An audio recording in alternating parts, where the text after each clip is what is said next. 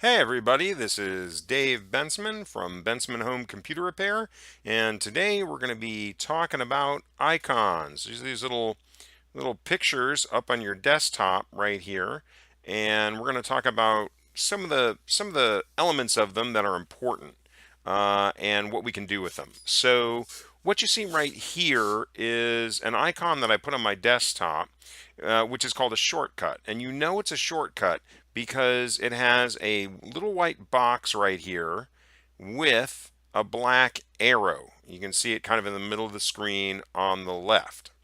And a shortcut is important because it allows you to put a part of the program on your desktop that you can then use to open the program without having to move the whole program onto your desktop. Let me just close Steam here. I'll show you what I mean. If you click right here on your Windows Start button, and then you put your mouse over the application list. Here it starts with recently added, then most used, and then everything's alphabetical. And let's say I want to put something on my desktop. Let's say I want to put the calculator on my desktop.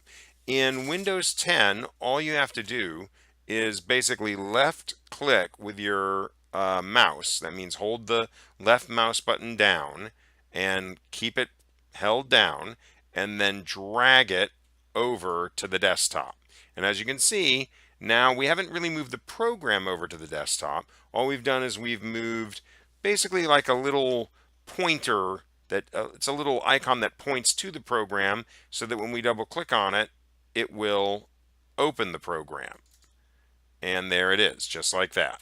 And so that's very helpful because you can put your favorite shortcuts to your favorite programs on your desktop, and that will basically just make Windows more convenient and easy to use. Now, another thing you can do, if you click on the little Windows button right here, the Windows Start button, and then you go, let's go back to that calculator. If I hold down my right mouse button, if I put the cursor over the calculator icon and hold down my right mouse button, then I can, right now I've pinned it to the start button, as you can see. So right here, this is the right here, this is the start menu, okay? And you can see if I click on the Windows Start button, the start menu is right here. And somewhere around here is, there it is, there's the calculator.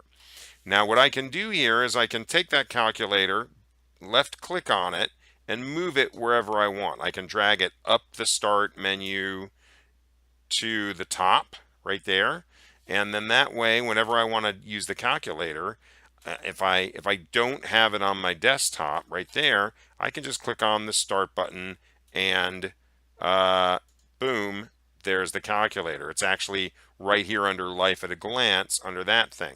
Now I could move it down here and oops, it's right there. I can move it not in Life at a Glance, but I can move it, let's see here, let's get that guy down there.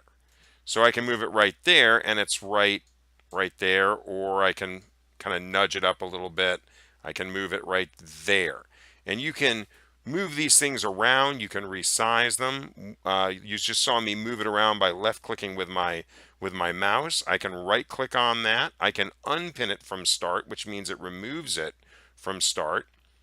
Then you unpin it by right clicking on it and left clicking on unpin from start. And you can see whatever that was, that went away as well. So then I can go back right here under C, calculator. I can right click on calculator again and click pin to start, and it'll pin it to the bottom, and all I have to do is just kind of drag it. You kind of nudge it up a little bit, and there it is, and then it's right back where I wanted it. So that's the start menu. I haven't really played around with this that much, but I haven't really personalized it to me that much because I don't really mess around with this particular machine that much.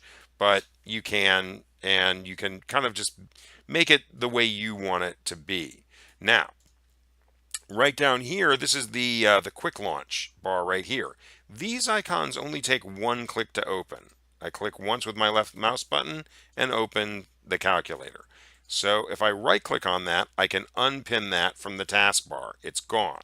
And then if I left click on the Windows Start button, then I can go back through my programs. I can find calculator again. I can right click, and you see where it says more. If I put my mouse over more, then I get these options, and I'm going to left click on pin to taskbar, and there it is. And I can even move this around by left clicking and dragging. I can move that around on the taskbar. If I right click again, then I get settings. I can rate it, and there's share. And that's probably some social media thing. Not going to share my calculator. Anywho, that's what you get. You get the double click on the desktop. That opens calculator there. On the taskbar, you can single click. And on your start menu, if you click on the Windows Start button and you find calculator, you single click there. They all open the same because they're all shortcuts to the same calculator program. And you can do that with any program you like. If I scroll down here to, let's say, photos, I can just drag photos by left clicking and holding. I can drag it to my desktop. And now I have photos on my desktop. And then I can right click on it if I want. I can either right click and select delete with my left mouse button, or I can just drag the shortcut over to the recycle bin.